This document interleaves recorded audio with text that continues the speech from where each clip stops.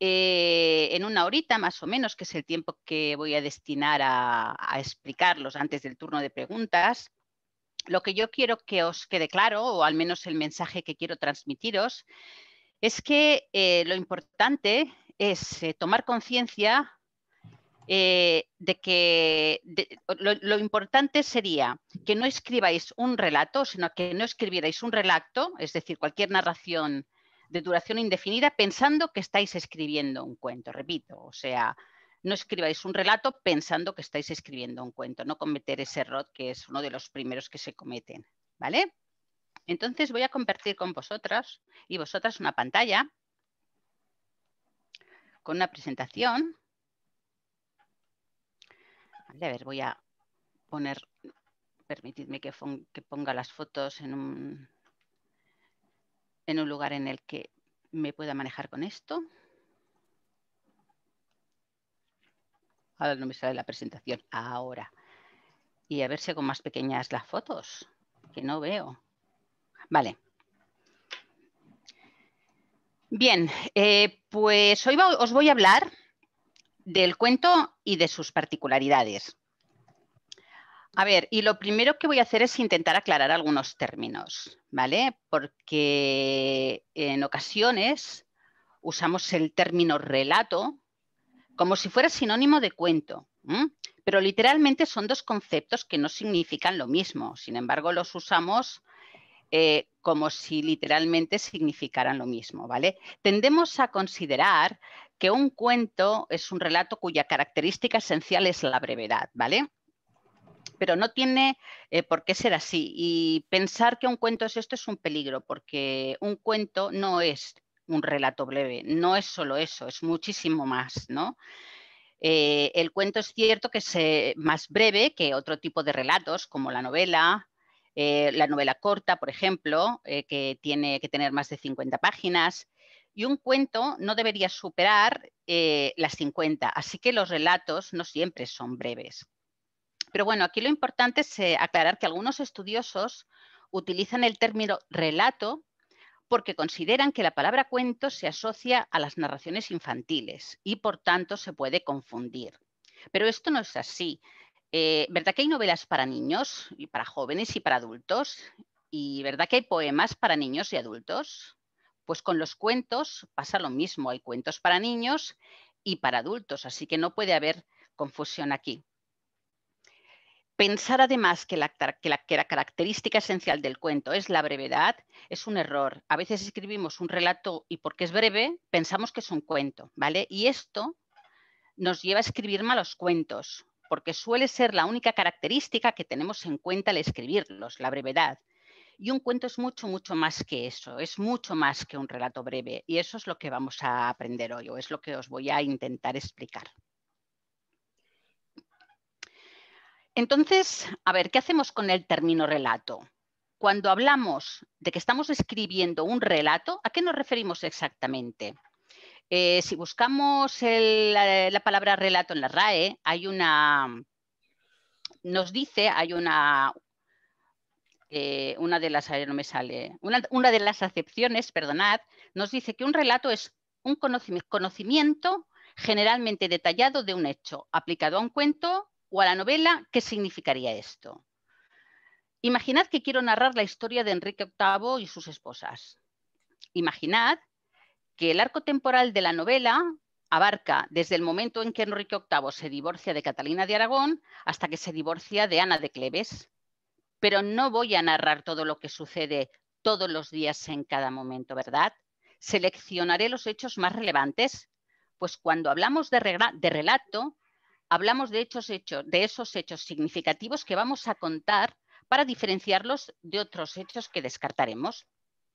Por ejemplo, puedo decir que en esta novela dedicaría un espacio especial a narrar el relato de la muerte de Ana Bolena, o que en un cuento, como en el caso de la Catedral de Carver, relataría con especial interés, con especial atención, la conversación que mantiene el narrador con el amigo ciego de su mujer. Así que podemos decir que un relato es una narración de duración y extensión difusa, y un cuento es un género literario. Esta es la diferencia, no sé si me he explicado bien. ¿Vale? A ver, sobre la duración del cuento. Se considera cuento un relato que se desarrolla entre 1 y 50 páginas, ¿vale? A partir de 50 páginas estamos hablando de una novela breve. Un relato de 60 páginas se consideraría una novela breve, ¿vale? Hay estudiosos que consideran que un cuento pues, no debería superar las 30 páginas, que 50 páginas para un cuento es mucho, ¿vale? Pero bueno, se trata de una apreciación subjetiva. Yo también considero que es un poco mucho. Yo más de 30 páginas no haría, porque cuando ya nos acercamos a las 50 y pasamos de las 50, realmente lo que estamos escribiendo es una novela breve. Y esto, a ver, afecta a la estructura, a la composición de escenas, a las formas del discurso que utilizaremos en un caso u otro, o sea que hay que intentar diferenciar bien estas cosas, ¿vale? Otro aspecto que tenemos que tener en cuenta cuando hablamos del cuento, cuando escribimos cuentos, es la curva dramática, ¿vale? En la novela, la curva dramática acostumbra a tener la forma de una campana de Gauss. ¿Eso qué significa en general? Significa que, por ejemplo, cuando componemos un capítulo, lo iniciamos con un grado de tensión dramática menor y esta tensión dramática va aumentando a medida que nos acercamos al nudo del capítulo. En el nudo del capítulo, el grado de tensión dramática alcanza su punto álgido y a partir de aquí la tensión dramática se va diluyendo poco a poco hasta llegar al desenlace. En el caso del cuento, ¿qué ocurre? La tensión dramática alcanza su punto álgido al llegar al desenlace. Digamos que siempre va hacia arriba. La tensión se incrementa paulatinamente y sin descanso, sin desviaciones hasta el final. Más cosas que tenemos que tener en cuenta sobre el cuento. Bien, sobre el desenlace podemos decir que en el cuento lo importante es que no sea previsible, ¿vale? Tiene que ser coherente, pero no previsible. Tiene que permitir que el lector sienta la necesidad de releer para entender qué ha sucedido. Y en esa relectura tiene que encontrar indicios que le permitan, indicios que había pasado por alto y que le hubieran permitido leer entre líneas, es decir, deducir lo que está por venir. ¿De acuerdo? Ahí estoy escuchando a ver, tenéis un micrófono abierto y me confunde muchísimo. Vale. Repito porque se me ha ido la cabeza, se me ha ido de la mente, ¿vale? A ver, el cuento tiene que permitir al lector que el lector sienta la necesidad de releer para entender qué es lo que ha ocurrido. Requiere de un esfuerzo de comprensión. Y en la relectura tiene que encontrar indicios que había pasado por alto y que si no los hubiera pasado por alto le hubieran permitido leer entre líneas, es decir, entender lo que está por venir o aventurarlo, ¿vale? Imaginar, por ejemplo, una familia que celebra el cumpleaños de su hijo pequeño. La familia se ha reunido, el padre, la madre y sus 5 hijos, y lo celebran con una merienda. La madre ha partido la tarta en 7 trozos iguales. Se ha reservado el que tiene una florecita de chocolate. ¿Qué podríamos deducir de esto, por ejemplo, ¿no? Hay que tener en cuenta que en el cuento todo cuenta. Sobre las formas del discurso que conviene emplear, al contrario que en la novela, en el cuento se explica mucho más de lo que se muestra, ¿vale? Esto implica que en la composición de escenas lo que tiene que predominar es el sumario. Y en consecuencia, la forma del discurso que predomina es el discurso narrativizado orientado a la explicación y predomina sobre el diálogo, sobre el discurso narrativizado orientado hacia la acción o sobre la descripción, ¿vale? ¿Por qué? Pues porque tenemos menos espacio para narrar, así que la composición de escenas no puede plantearse de forma tan detallada como se haría con la novela, a no ser que se trate de un cuento largo, ¿vale? Bien, hablaremos un poquito sobre la situación del narrador en el espacio y en el tiempo. En esto también encontramos diferencias respecto a la novela, ¿vale?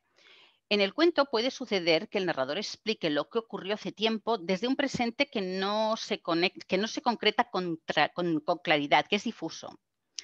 El lector no necesita, en el caso del cuento, estar permanentemente situado en las coordenadas espaciales y temporales del relato. Con una mención general es suficiente. ¿Y por qué? Porque su atención está totalmente centrada en el suceso, en obtener respuestas, en saber qué fue lo que pasó. El espacio, el tiempo, la posición del narrador ante los hechos no es relevante. No es indispensable que la descripción de los espacios sea profusa, al contrario, ¿vale? La descripción ambiental se centra en proporcionar matices que nos permitan componer el espacio psicológico, la atmósfera. Esto sí es importante. ¿Qué forma de narrar predomina en el cuento y conviene? El narrador omnisciente, el omnisciente clásico, para mayor precisión. ¿Por qué? Pues porque en el cuento pesa mucho todo lo que proviene del subconsciente. El cuento se centra en todo lo que permanece oculto, soterrado, en aquella conducta que manifiesta el personaje que nos hace pensar qué habrá detrás. Y entonces la narración omnisciente es la que nos permite tratarlo sin cometer errores. ¿Vale? Respecto a la intensidad, un cuento tiene que ser siempre tenso e intenso. ¿Vale? Desde el inicio hasta el desenlace. No admite ni pausas ni descansos. En el cuento es mucho más importante lo que se oculta, lo que no se dice, que lo que queda explícito, que lo que se muestra. ¿Vale? El cuento siempre ha de proporcionar o ha de potenciar una lectura entre líneas. En cuanto al tratamiento del conflicto, el cuento no admite divagaciones, solamente podemos tratar un único conflicto, un único acontecimiento, no admite desviaciones, ¿vale? Muestra al protagonista que afronta un conflicto único, una sola situación, y la trama avanza imparable desde el inicio hasta el desenlace, sin desviaciones ni alteraciones. A ver, vamos a hablar un poquito de los personajes en el contexto del cuento. Bien, al contrario que en el caso de la novela, los personajes en el cuento no hace falta, no se permite un desarrollo multidimensional, perdonad. El protagonista y los escasos secundarios que lo apoyan, el antagonista, y para de contar. Se perfilan a pinceladas, insistiendo solo en aquellos detalles que resulten significativos. Personajes que funcionan muy bien en el cuento son los arquetípicos, el héroe, el mártir, el psicópata, pues porque el lector cognitivamente los procesa con mucha facilidad. Si es que el protagonista persigue un propósito, una meta, esta meta tiene que estar relacionada con la carga simbólica que se pretende poner de manifiesto. Imaginemos que el objetivo de una niña de 9 años en el transcurso de un relato es hacer infelices pues, a otros niños de su edad, martirizarlos, especialmente a un niño concreto. ¿Qué podríamos deducir de esto? ¿Cuál sería la carga simbólica que sustentaría el relato? Esto sería lo que tendríamos que dilucidar con los indicios que el autor nos aporte. Y al final, estaría bien que hubiéramos llegado a una conclusión errónea, porque en el giro final, ¿vale?, tendríamos que darnos cuenta de que los indicios los teníamos, solo que nos han pasado desapercibidos. Hoy estoy un poco así como que trastabilleo, es porque tengo la boca súper seca. ¿Vale? En el caso del cuento, los personajes, los secundarios, siempre están al servicio de la idea central. Por ejemplo, cuando un secundario actúa, lo hace para ayudar al lector a que preste atención a ciertos indicios. Por ejemplo, imaginaros una mujer mayor que encuentra un sobre en el escritorio de su hijo. Mira el remitente, vuelve a dejar el sobre la mesa y abandona corriendo la habitación. Pues en este momento el lector sabe que el sobre contiene información relevante. ¿Vale? Sobre el ritmo. Hay diversidad de opiniones en este sentido entre los estudiosos del cuento, ¿vale? Los hay que afirman que tiene que mantenerse el mismo ritmo desde el inicio hasta el desenlace. Es decir, que, por ejemplo, si la acción avanza rápidamente desde el inicio, este ritmo se mantendrá constante hasta el desenlace. Pero si la progresión de los acontecimientos es más lenta desde el principio, esta progresión la mantendremos constante hasta el final. A ver, yo personalmente, aunque es una cuestión subjetiva, opino que resulta más efectivo técnicamente mantener la unidad de ritmo, ¿vale? Pero todo dependerá un poquito de lo que pretendáis al escribirlo, ¿no? De los objetivos que persigáis. A ver, ¿qué podemos decir sobre la estructura? En general, esquema clásico, inicio, nudo, desenlace sin alteraciones, ¿vale? A no ser que el relato, por ejemplo, sea extenso, 20, 30 o 40 páginas. Claro, si escribimos un cuento que ya tiene esta extensión, la arquitectura que resulta más efectiva es el esquema clásico, pero podemos realizar algunas alteraciones en la presentación de los acontecimientos. Podemos comenzar el relato, por ejemplo, in media res o in extrema res, por ejemplo, ¿no? Pero si el cuento es cortito, nos limitaremos al esquema clásico, inicio, nudo, desenlace sin alteraciones, ¿vale? Todo dependerá del espacio que tengamos para narrar, ¿vale? Pero estructuralmente es importante no hacer no plantearse demasiadas innovaciones, porque lo que funciona es justamente esto, ¿vale? Todo que por experimentar, oye, que no quede. Pero lo que funciona es el esquema clásico sin desviaciones y la curva dramática hasta, digamos, hasta el desenlace siempre hacia arriba, ¿vale? ¿Y qué hacemos con el punto de giro? A ver, funciona muy bien introducir un punto de giro poco antes del desenlace, ¿vale? Una nueva situación que descoloque totalmente al lector. Una vuelta final que lo obligue a replantearse la interpretación que había realizado de los hechos. Un giro que anime a la relectura. ¿Para qué? Pues para buscar supuestos indicios que se le han podido pasar por alto, ¿vale? Esto se hace pues cuando llegamos al clímax, poco antes del desenlace. Importantes los detalles en el cuento, ¿vale? En el cuento todo detalle tiene una función. Si el narrador nos describe un amanecer teñido de rojo, nos brinda la promesa de una historia sangrienta. No hay lugar para los adornos. Si hay un sobre en una mesa, este sobre resultará clave en el devenir de los acontecimientos. Si una mujer tiene la vista fija en una tetera que se desborda, pues nos está contando que es así como se siente, desbordada por los acontecimientos. Unas campanas, por ejemplo, que tocan a muerto, pues auguran un desenlace funesto. Una habitación a oscuras advierte de un posible peligro. En el cuento, cada detalle nos lleva al subtexto, nos lleva a esa segunda lectura que es tan importante, a esa lectura entre líneas, ¿vale? Sobre el inicio, en el caso de la novela podemos, digamos, tener unas 4, 5, 6 páginas para atrapar al lector, ¿vale? En los primeros párrafos. En el caso del cuento es esencial la primera frase, ¿vale? En ocasiones nos marca el rumbo del relato y nos permite anticipar, especular, aventurar el final. Luego veremos si esto que hemos especulado o aventurado se cumple, ¿no? Pero la primera frase tiene que estar particularmente bien resuelta. Por ejemplo, Laura Freixas inicia su relato Miss Tahiti y el dragón con la frase: no supe que tenía una hermana siamesa hasta que la maté. ¿Vale? Tiene que ser muy contundente. Y realmente al lector lo tenéis que ganar en la primera frase cuando escribáis cuento, ¿vale?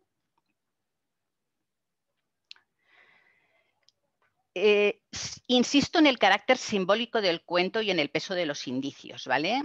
Y una cosa sí que me gustaría que quedara clara. Un cuento no es tal cosa si no apreciamos claramente su valor simbólico. Podemos estar escribiendo un relato, pero no estaremos escribiendo un cuento, ¿vale? Si en una casa un ramo de rosas aparece marchito pocas horas antes de colocarlo en el jarrón, alguien puede estar a punto de morir. Si el agua de la bañera se desborda, el protagonista de la situación afronta una situación que se le escapa de las manos. Las situaciones surrealistas forman parte de los buenos cuentos, porque el cuento explora los límites de la realidad y permite hacer visible lo cotidiano. Por ejemplo, imaginad que un joven tiene en la mesa la figura de una estrella de plata. La plata es símbolo de pureza, de limpieza, de conciencia, de rectitud. La estrella hace alusión al nacimiento, a la prosperidad. Si tiene 5 puntas, pues representa la verdad. Entonces, esto lo tenemos que tener muy en cuenta. Los grandes autores hispanoamericanos, como Cortázar, del cual os haré una mención breve al final, tienen en cuenta todas estas cuestiones. Por eso siempre recomiendo que leáis cuentos de autores hispanoamericanos, ¿no? Otra idea. El cuento se construye a partir de lo insólito también, ¿vale? En un cuento, lo insólito y lo real se funden conectando la realidad con el imaginario colectivo. Imaginad a un hombre que saca la flauta en el metro, que se levanta y que baja al andén, al que todo el mundo le sigue.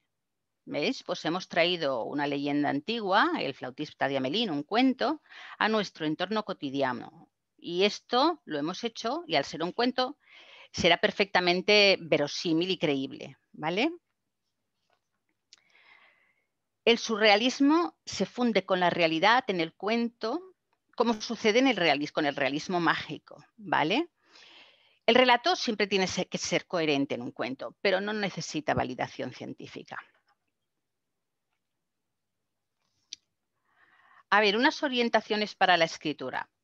Yo recomiendo realizar un breve esquema a modo de ciclo narrativo, indicando a grandes rasgos pues, el recorrido que realizarán los personajes desde el inicio hasta el desenlace. A partir de este esquema, yo recomiendo escribir el cuento sin interrupciones desde el inicio hasta el final. También recomiendo que mientras escribes esta primera versión, esta versión sucia, no corrijas nada y que cuando hayas escrito esta versión sucia, pues ya puedes empezar a pulir y reescribir. Antes, evidentemente, de realizar este ciclo narrativo, este breve esquema, es importante darle unas cuantas vueltas a la idea, ¿vale? Tomar notas, pensar en el carácter simbólico que vais a mostrar, en cómo vais a proporcionar esa lectura entre líneas, cómo vais a pensar en qué objetos vais a utilizar para construir determinados detalles, es decir, detalles relevantes, ¿vale? ¿Cómo obtener ideas para escribir cuentos? A ver, estas ideas pueden venir del subconsciente, pueden venir del mundo de los sueños. Por ejemplo, podemos inventar experiencias que sucedan en realidades alternativas o en paralelas, ¿vale? Está bien explorar aquello que no está en la superficie porque constituye una fuente de inspiración excelente, ¿vale? La base de un buen cuento se centra en aquello que pasa desapercibido, en lo que no es evidente. Importantes las propiedades de los objetos. En el cuento, la mayoría de los cuentos bien hechos, los objetos acostumbran a tener propiedades extraordinarias, ¿vale? Por ejemplo, en el cuento de Cortázar, Propiedades de un sillón, un mueble corriente se convierte en un lugar de ejecución. Este cuento trata de una familia que en su casa tiene un sillón en el que todo el que se sienta se muere, ¿no? También funciona bien jugar con nuestros temores. ¿Por qué? Porque eso convierte la lectura en una experiencia inquietante. Cuando jugamos con nuestros temores, captamos la atención del lector con muchísima rapidez, ¿vale? Y recordad, en el cuento, el lector tiene que realizar un esfuerzo de comprensión en todo momento.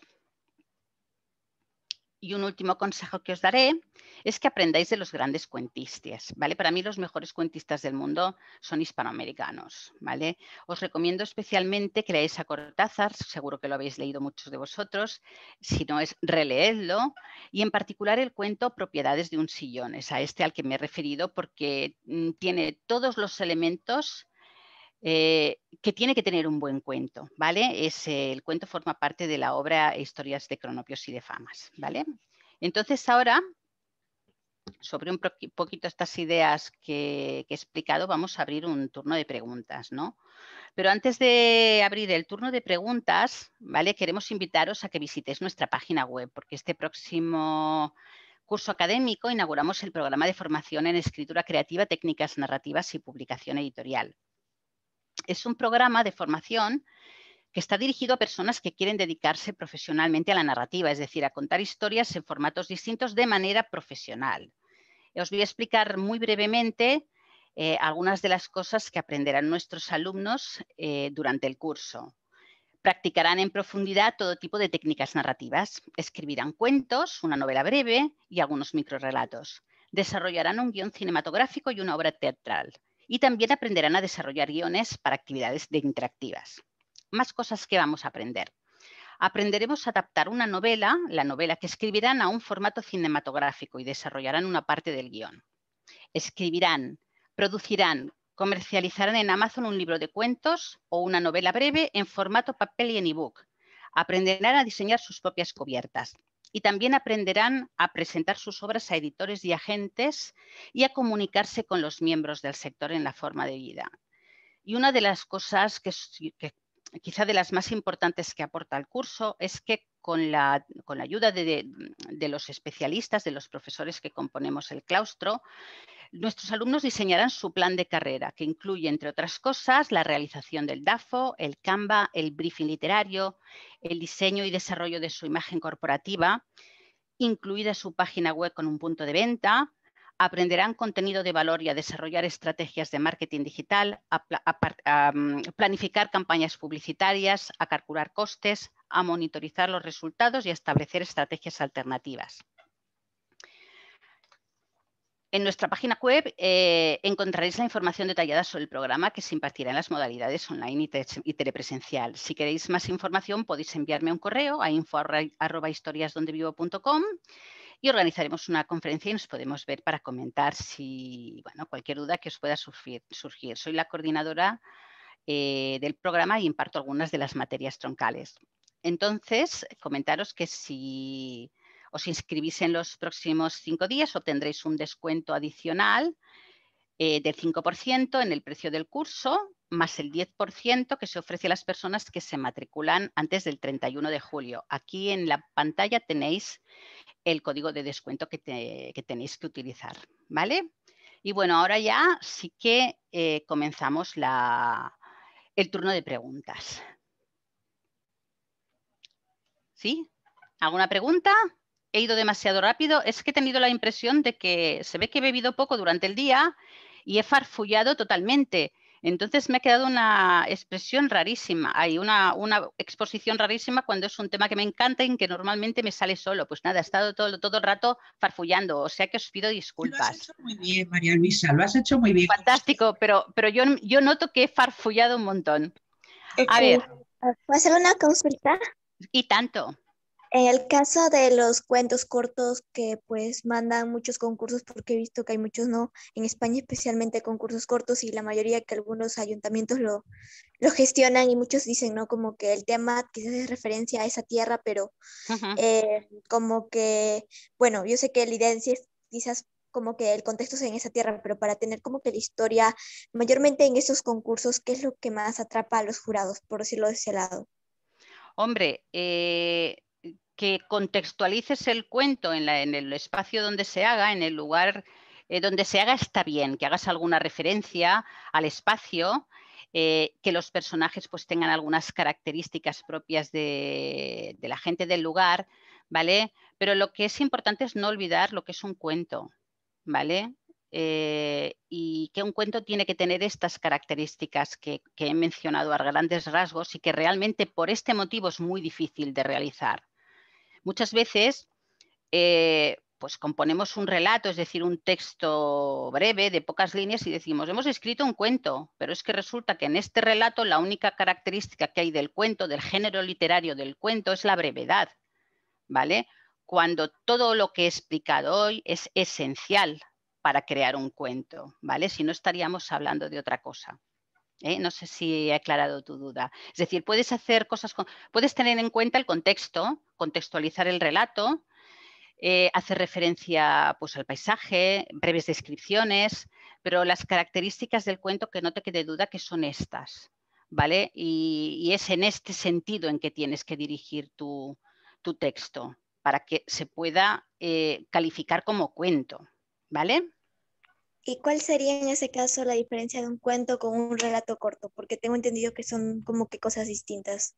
A ver, realmente no es que sean distintas. Yo la palabra relato creo que se utiliza mal. Un relato breve, es cualquier narración de duración indefinida. Esto es un relato, ¿vale? Si tú, por ejemplo, te presentas a un concurso de relatos, pues puedes escribir sobre un tema, puedes diseñar una pequeña historia y no tiene que tener estas características que te comento, ¿vale? Porque es simplemente una narración, ¿vale? Por eso no hay que confundir el relato con el cuento.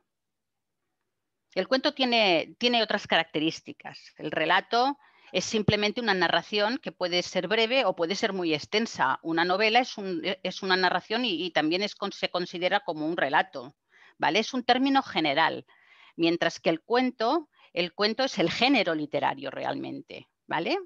¿Me he explicado? Sí, muchas gracias. Gracias, esto es importante. Mira, hay una pregunta en el chat de Sí. hace un ratito que, bueno, se han contestado entre ellos, pero yo te lo comento. Carlos pregunta qué significa media res y extrema res. In media res significa que tú, por ejemplo, tú desarrollas tu ciclo narrativo, ¿vale? En orden cronológico. Desde el inicio, tus personajes van avanzando hasta el desenlace, pero decides empezar el primer capítulo cuando reorganizas la trama en un punto cercano al nudo. Pues ¿por qué? Porque normalmente la curva dramática de una novela, por ejemplo, la curva dramática, el clímax estará en el nudo o el punto álgido de tensión. Entonces tú recuperas ese punto álgido de tensión y lo trasladas al primer capítulo y a partir de aquí vas narrando desde el principio, ¿vale? In extrema res significa lo mismo. Tú, por ejemplo, cuando planificas tu novela o tu relato, la planificación se hace en orden cronológico, pero mejor, justo antes de llegar al final, tienes un momento que es especialmente intenso, ¿no? Entonces tú rescatas este momento y lo llevas al principio y tu novela o tu relato empieza justamente así. A esto se le llama in extrema res, porque comienzas el relato explicando un acontecimiento que ocurre hasta el fin, que ocurre prácticamente al final. Y a partir de aquí vuelves a empezar desde el principio, pero claro, al lector ya lo tienes enganchado porque quieres saber qué le ha pasado a los personajes para llegar a esa situación. No sé si me he explicado bien. ¿Más? María Luisa, mira, quería hacerte una pregunta. ¿Qué diferencia encuentras tú entre los cuentos clásicos? Por ejemplo, hablamos de Chekhov, hablamos de Stefan Zweig, el austriaco. ¿Qué diferencia encuentras tú entre los cuentos clásicos a los cuentos que se escriben ahora? ¿Qué es lo que ha cambiado? Bueno, a ver, esto es muy subjetivo, ¿eh? Por ejemplo, Chekhov trataba mucho, hacía mucho relato, más que cuento.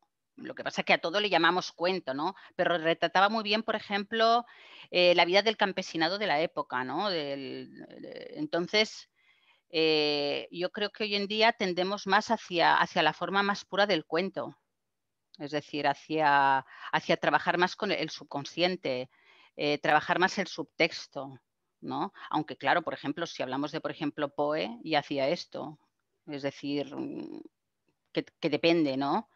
Yo creo que quizá cada vez vamos definiendo mejor el género y lo vamos diferenciando de lo que es simplemente un relato, ¿vale? Y le vamos dotando de estas características que hacen que sea un género tan difícil de abordar, desde mi punto de vista mucho más complicado que una novela.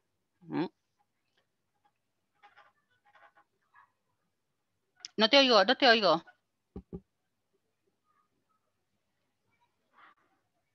¿Ahora? Ahora. Vale. Mira, Gemma, Pregunta cómo se plantea un libro de cuentos. Si es necesario que todos los cuentos compartan un hilo conductor. A ver, para publicar aquí en España sí es necesario, ¿vale? Aparte de que les proporcionas una sensación de unidad que le viene muy bien al relato, ¿no? Como en España, desgraciadamente, se publica poco cuento, hay más interés por publicar novela, pues porque se vende más.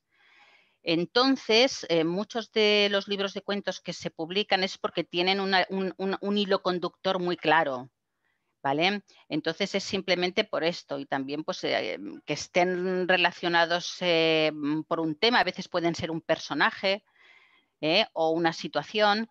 Entonces esto hace que aumente también la tensión dramática y el grado de intriga. Pero no es necesario. Lo que pasa es que yo lo veo conveniente si se trata de un libro de cuentos y se quiere publicar.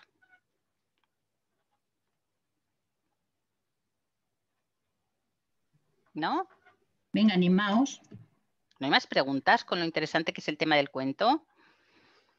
Venga, va a preguntar, que hoy he expuesto la cosa como bastante mal y así me voy animando.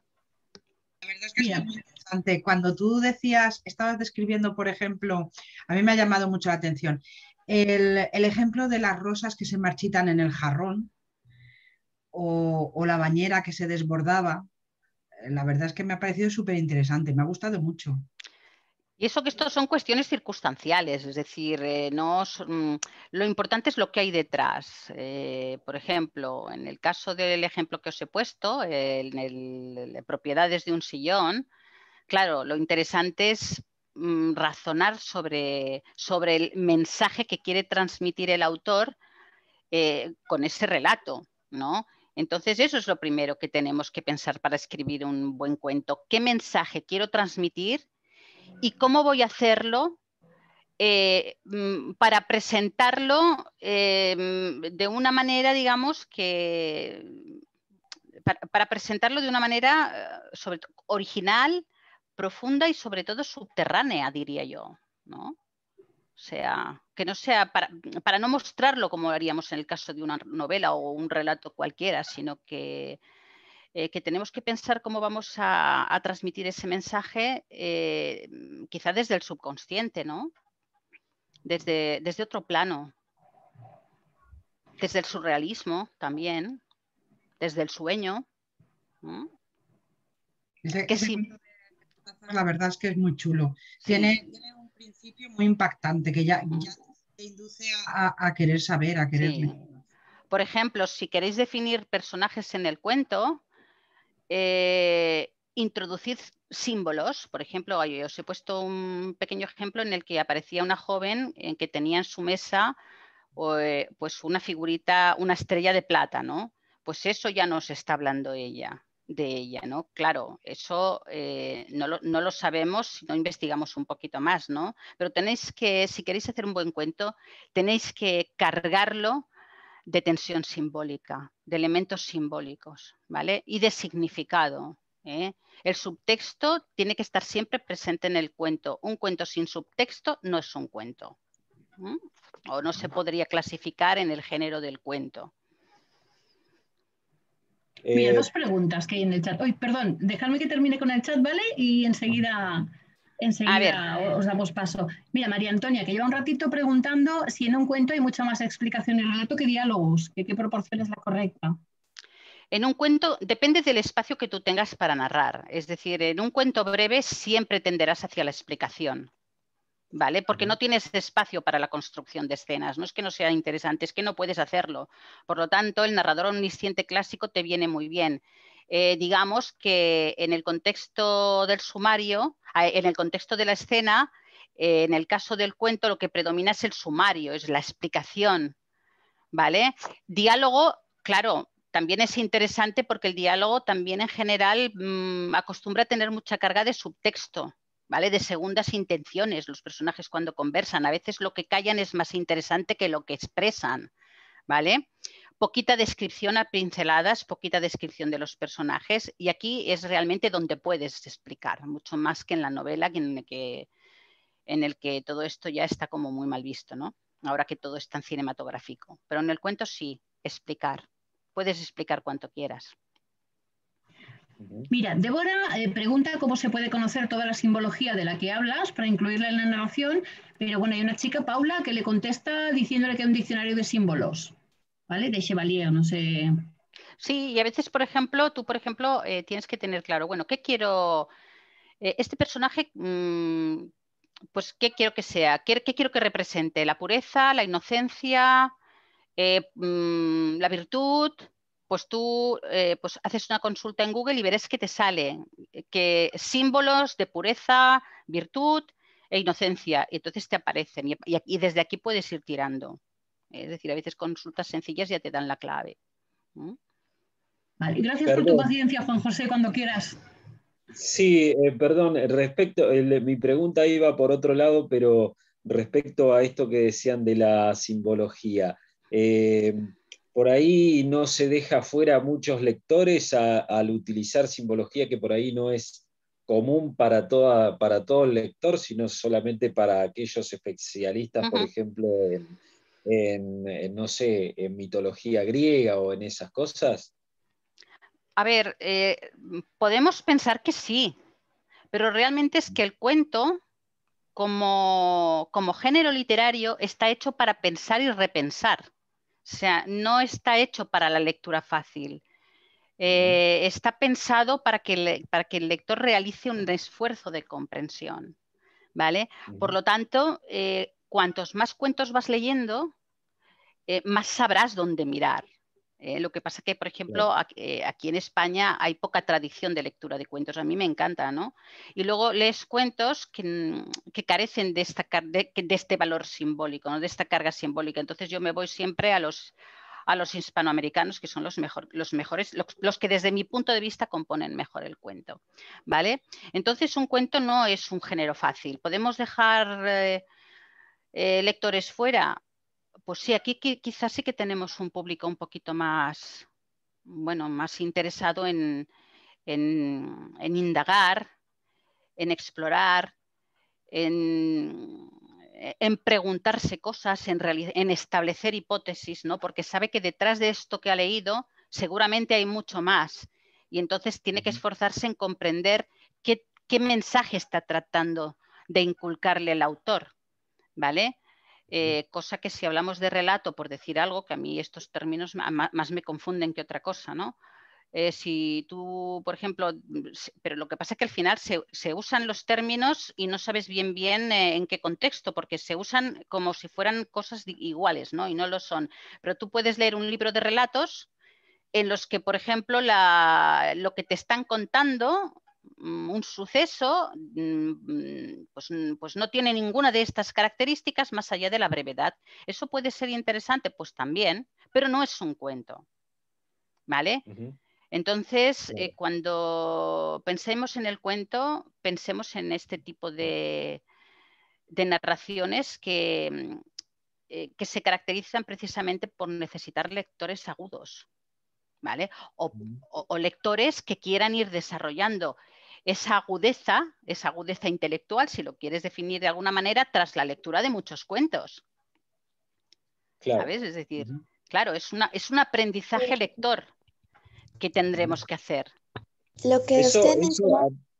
Dime. Perdón, vos hablabas de escritores hispanoamericanos y bueno, uno, a mi entender, y uno de mis favoritos es Borges, ¿no? Borges, claro. Precisamente Borges, una de las cosas que yo veo en los lectores con los que vos hablás de Borges, es que como que hay varias categorías de lectores, según el conocimiento que tenga el lector es lo que entendió el lector de Borges. Claro. Él es muy sencillo en cómo escribe, utiliza la menor cantidad de palabras posibles y trata de ser accesible para todos, claro. Pero una de las cosas que él siempre decía, o que incluso los periodistas especializados dicen, es que generalmente él utilizaba adjetivos como chistes, ¿no? Como humor, y muchas veces la gente no lo entendía eso. Sí, es así.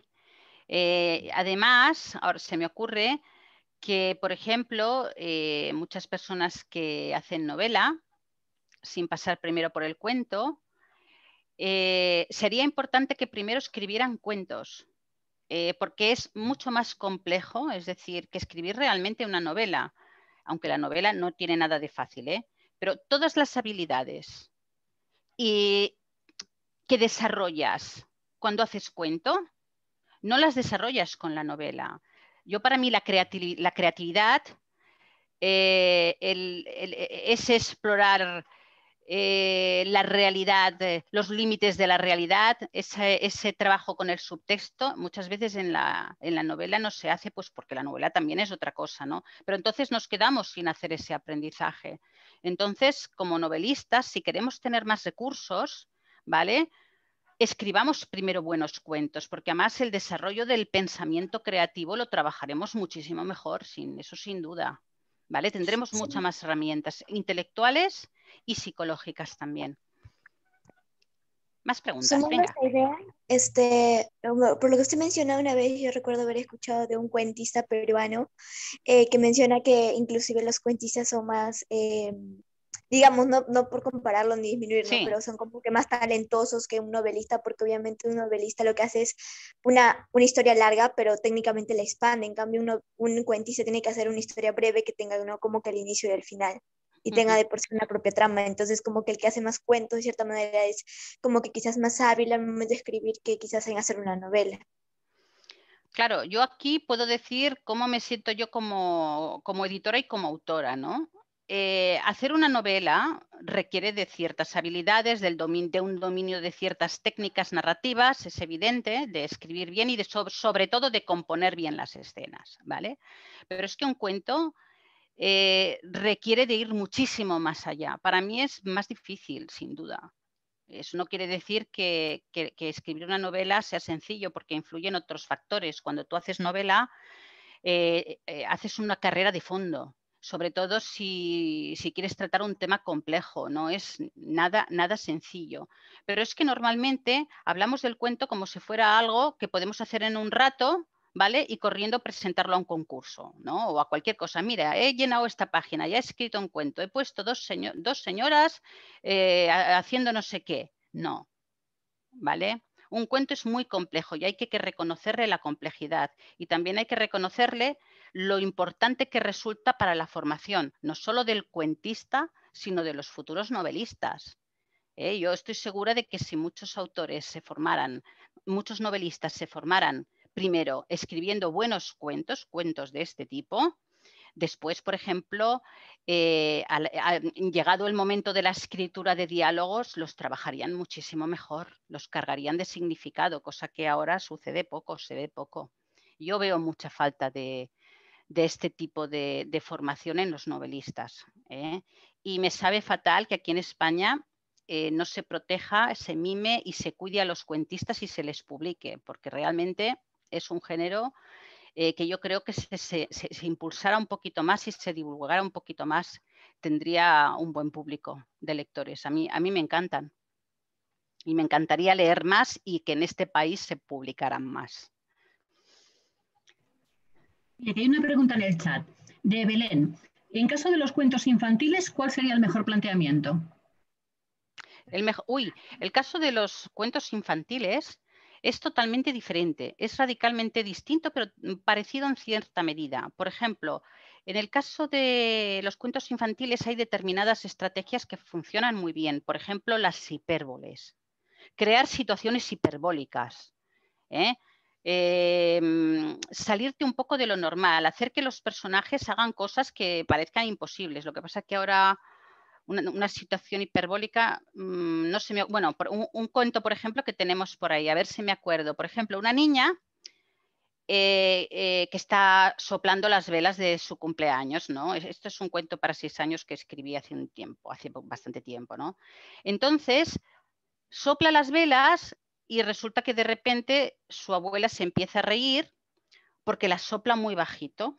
Y la niña se enfada, va cogiendo fuerza, va cogiendo el cabreo, se va poniendo roja, coge todo el aire y cuando lo aspira, cuando lo expulsa, perdonad, pues suelta como un vendaval que, bueno, se lleva a los niños por los aires, se lleva el sombrero de algunos magos, las coronas de algunos reyes. No sé si me explico, es decir, salirte hacia la hipérbole. Y si buscas la hipérbole en Internet, encontrarás cosas que posiblemente te animarán a escribir cuentos infantiles. Otra cosa que funciona muy bien en los cuentos infantiles son las rimas, ¿vale? Es contar la historia a partir de rimas. Esto está muy bien. Utilizar ayudantes. Es decir, por ejemplo, los niños, que son los grandes protagonistas, a veces con ayuda de la magia, pueden resolver grandes problemas que un adulto no podría resolver. Entonces, la presencia de este ayudante en el cuento infantil o en la novela también es muy importante. Es decir, quiero decir que es tan diferente la escritura para niños que tendríamos que hacer otra sesión aparte, ¿vale? Es decir, es todavía más loca todavía que todo esto, ¿eh? Es decir, de hecho, los cuentos para niños que son súper realistas están muy bien también, pero para mí no son los mejores. No, digamos que no captan el interés y la atención de los niños como algunos. Yo recuerdo uno, ahora no me acuerdo, el catalán se llamaba el Globus Blau, ¿no? Pero era un niño que le dan un globo y iba encendiendo, o sea, inflando el globo, y al final el globo se convierte en un artefacto enorme que se lo lleva volando por el aire y va visitando pues países y ciudades, ¿no? Es decir, esto también sería una forma de hipérbole. Esto funciona súper bien, ¿eh? ¿Más cosas?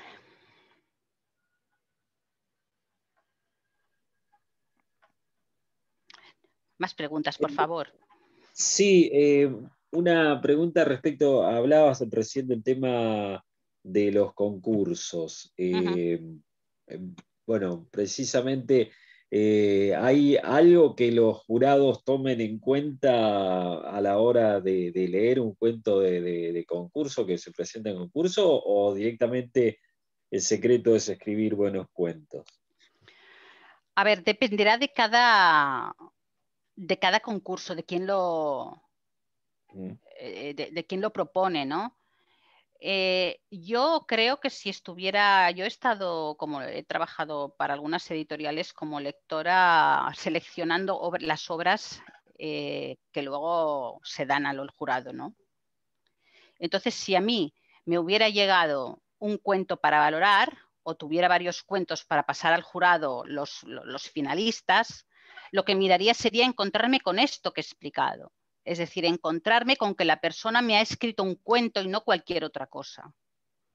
¿Sabes? Es decir, yo no sé si la gente que participa en normalmente los jurados o los lectores profesionales, que somos los que valoramos previamente las obras, no sé qué harán en cada caso, ¿no? Pero en mi caso, si a mí me pasaran cuentos para valorar y entregar al jurado, lo que valoraría es ver si esa persona realmente me ha escrito un cuento, ¿sabes? Y no un relato o cualquier otra cosa, sino que eso que ha entregado tiene las características de un buen cuento. Si además, por ejemplo, en el concurso, pues ahí pues yo qué sé, hay alguna característica, yo qué sé, pues tiene que aparecer el pueblo de tal o tal cosa, o se tiene que trabajar pues tal aspecto, vale, pues que eso esté trabajado, ¿no? Sobre todo, por ejemplo, en concursos de cuentos para niños, normalmente acostumbran a valorar que trabajes algún tema curricular, es decir, si por ejemplo el medio ambiente está de moda,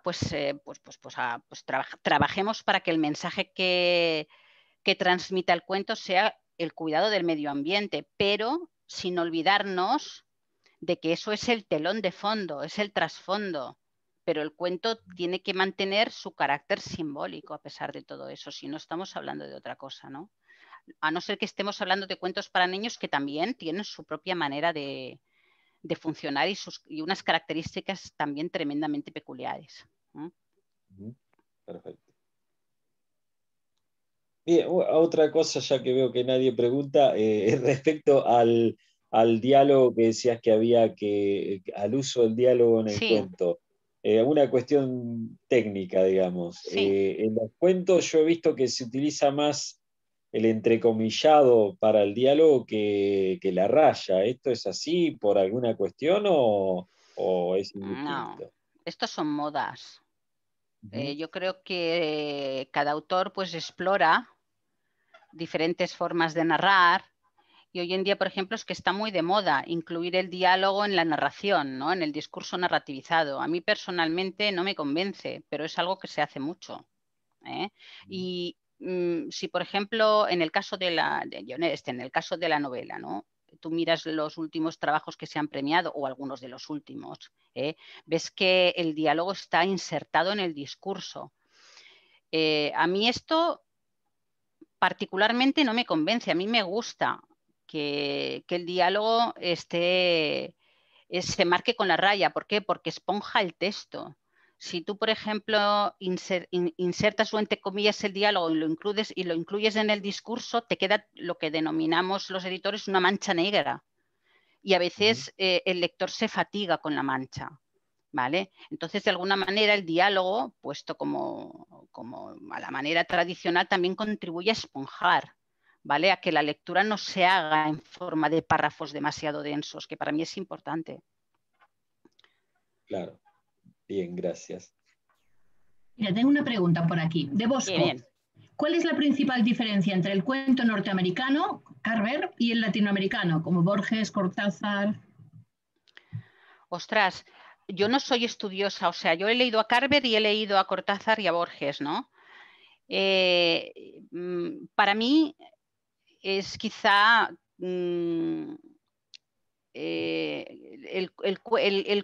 los cuentos, digamos, de Borges o de Cortázar, yo creo que ahondan más en el subtexto, son más surrealistas. Además, enseguida entran en el realismo mágico, ¿no? Y construyen esas realidades que son como que te hacen pensar más, ¿no? A mí, por ejemplo, en el caso de Carver, claro, lo bueno del cuento de la catedral, por ejemplo, que es el que yo he leído, entre algún otro, sí que es interesante, pero no le veo esta carga de subtexto. A mí no me transmite la misma impresión, me transmiten sensaciones distintas. Pero, claro, ¿qué ocurre? Que cuando leo a Cortázar o leo a Borges estoy leyendo en castellano. Cuando leo a Carver normalmente estoy leyendo una traducción. Entonces, claro, tampoco puedo opinar porque no sé realmente, si no lees la versión original, pues no sabes nunca lo que se ha podido perder en la traducción cuando se trata de estos matices, ¿no?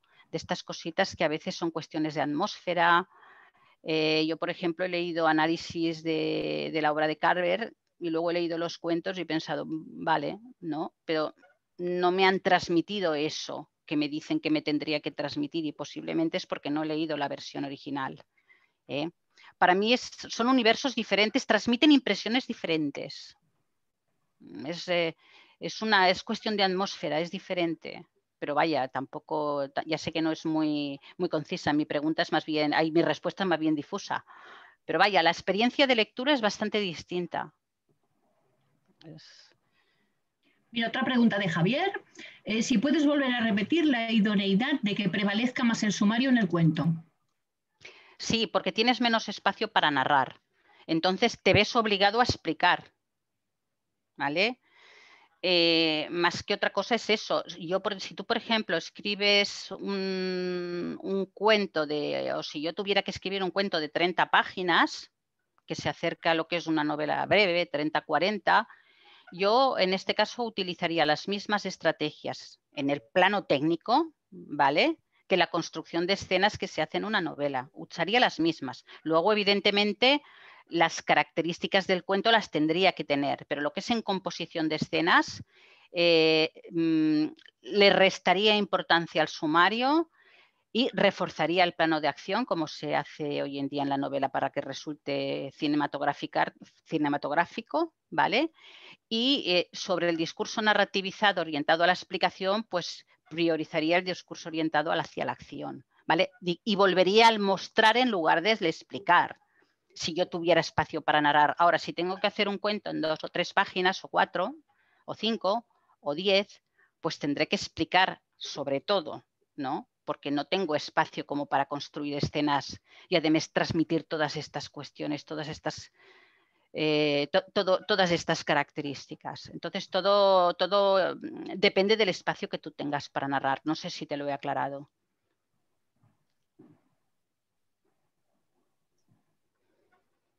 María Mira, Luisa. otra pregunta. Perdonadme. José Manuel, se habla siempre de Borges, de Cortázar como verdaderos maestros indiscutibles, pero ¿por qué en general se nos inculca la idea de que los escritores españoles no saben escribir cuentos? Ostras, es que ahora tengo que decirlo. Porque realmente yo como editora de mesa, yo hablo de mi experiencia, no voy a hacer cualquier valoración general, que llevo 25 años o más, cada vez más, porque hace tiempo que llevo 25 y debo llevar unos cuantos más ya, ¿no?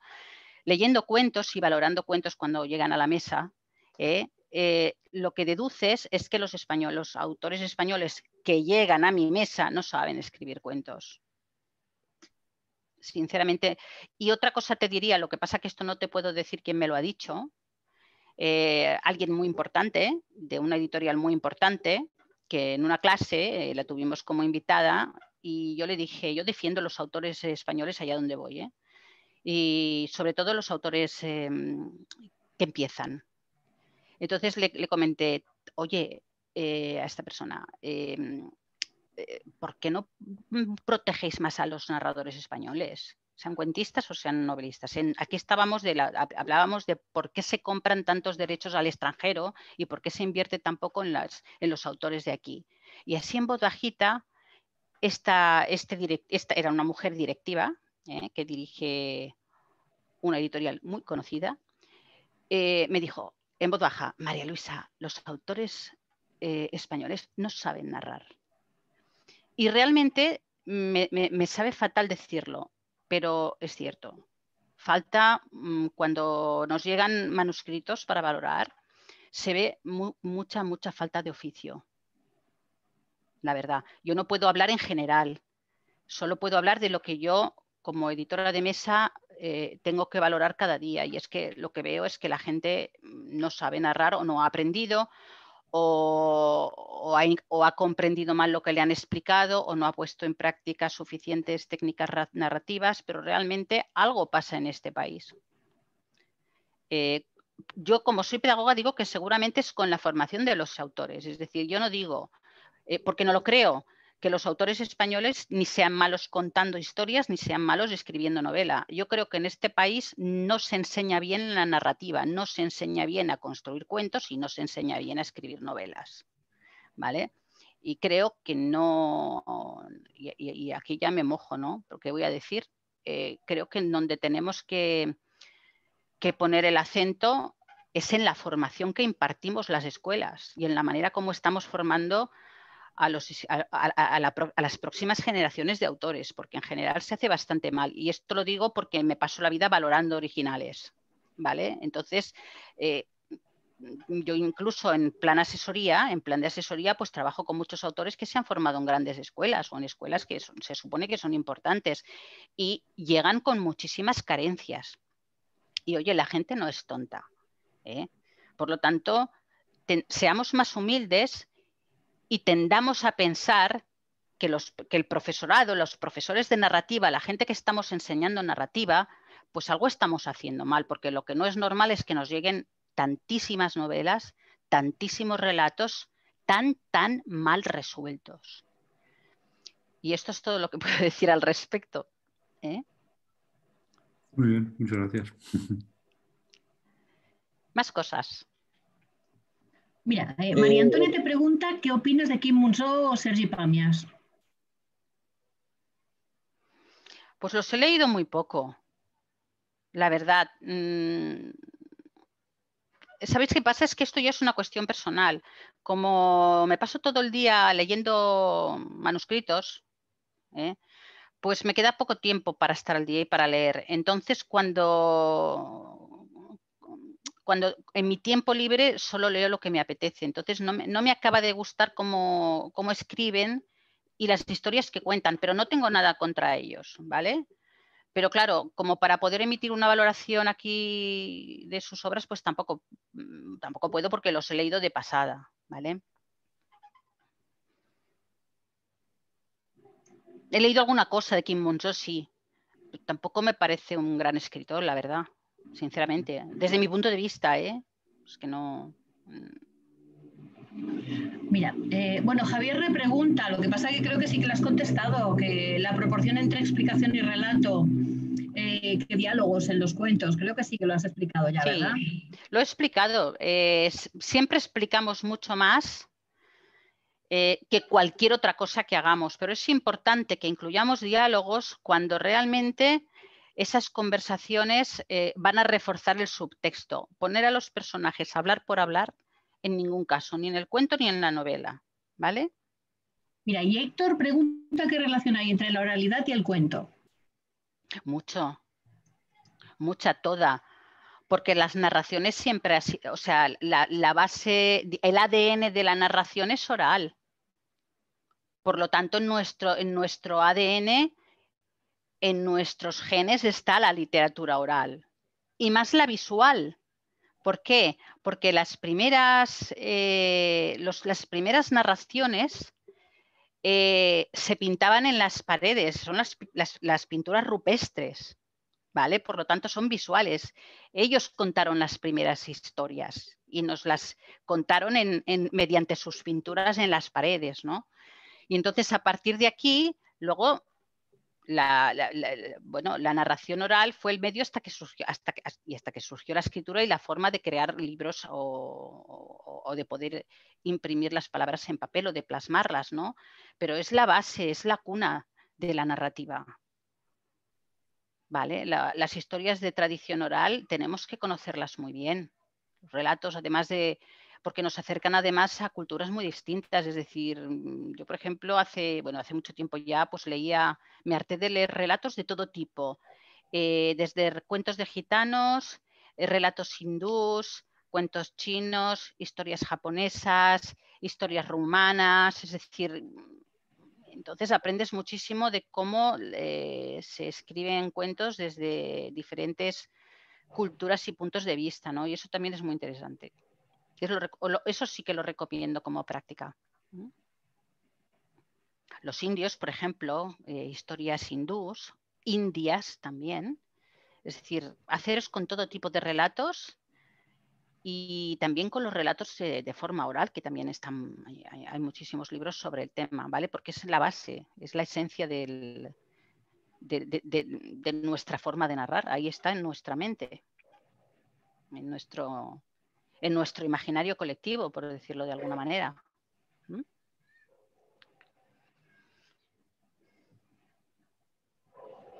Más preguntas. Venga, que a mí alguien se había me encanta arrancado a hacer una pregunta en voz alta y lo ha interrumpido. No te preocupes. María Luisa, mira, yo quería hacerte una pregunta.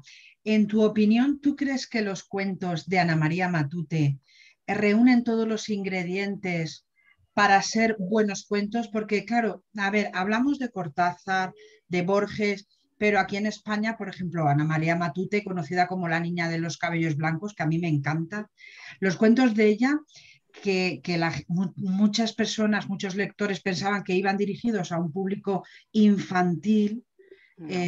Aquí nos encontramos otra vez con la diferencia entre cuento y relato. ¿Tú crees que reúnen todos los ingredientes para ser buenos cuentos? Yo tengo toda la compilación de cuentos de Ana María Matute, lo que pasa que hace tiempo que no los he leído, ¿no? Pero tiene cuentos que para mí son absolutamente maravillosos y que tienen mayor carga de subtexto y mayor carga simbólica, y hay otros que yo más bien definiría como relatos breves, que son como más costumbristas, ¿no? Que retratan la sociedad del momento y la sociedad de la época, ¿no? A ver, esta mujer es una autora maravillosa, sin duda, ¿no? Lo que pasa que algunos de sus cuentos reúnen más este carácter simbólico que otros, que son más un poquito como a los Chekhov, ¿no? Que describen más la situación de unos personajes en un momento dado, ¿no? En un lugar determinado. Gracias. Más preguntas, que a mí es lo que más me gusta, porque ahora que se me ha pasado el farfulleo un poco, ahora me voy a tener que ir.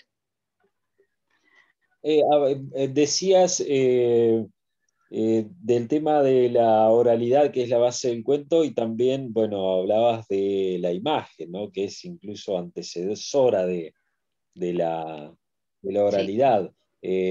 Siempre dicen que una imagen vale más que 1000 palabras, ¿no? Eso se podría aplicar al escribir cuentos, digamos, empezar con imágenes fuertes o utilizar muchas imágenes,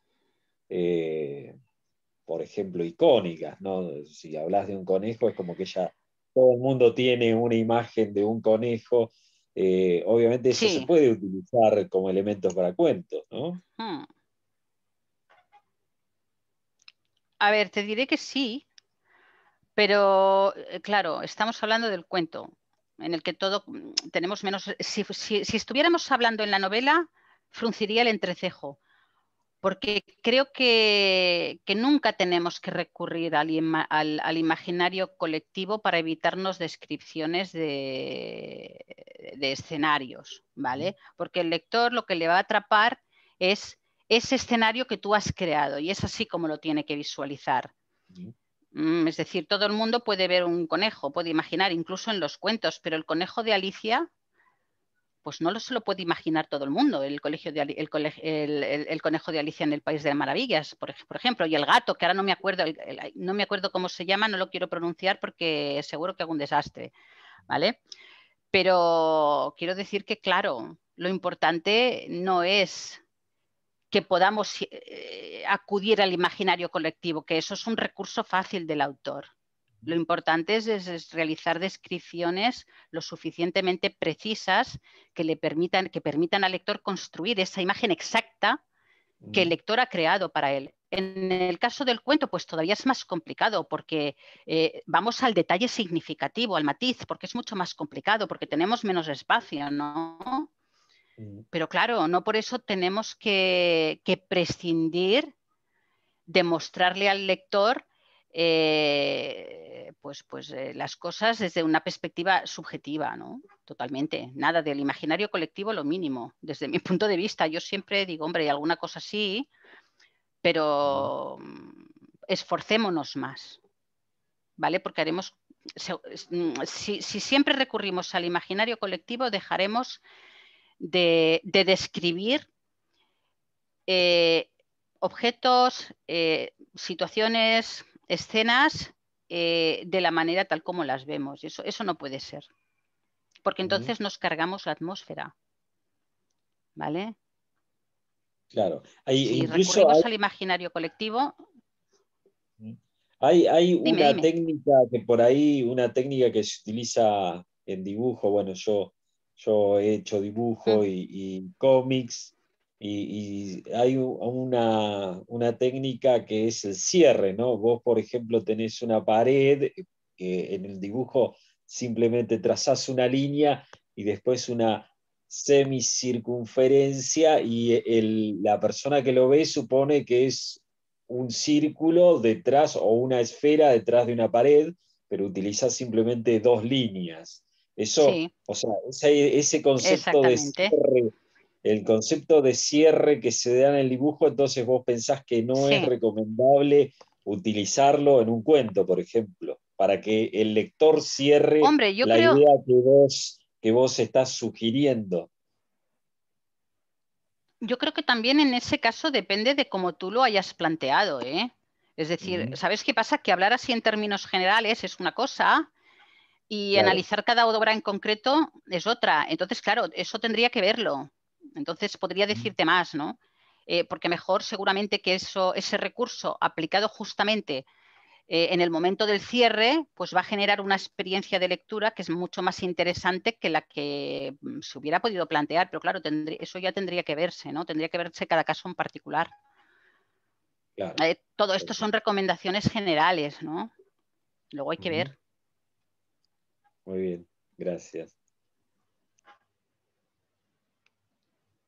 Nuria, no te oigo. La técnica del iceberg en los cuentos, perdón. Menuda pregunta. La técnica del iceberg en los cuentos. ¿Quién me está preguntando esto? A ver, hombre, todos los cuentos deberían de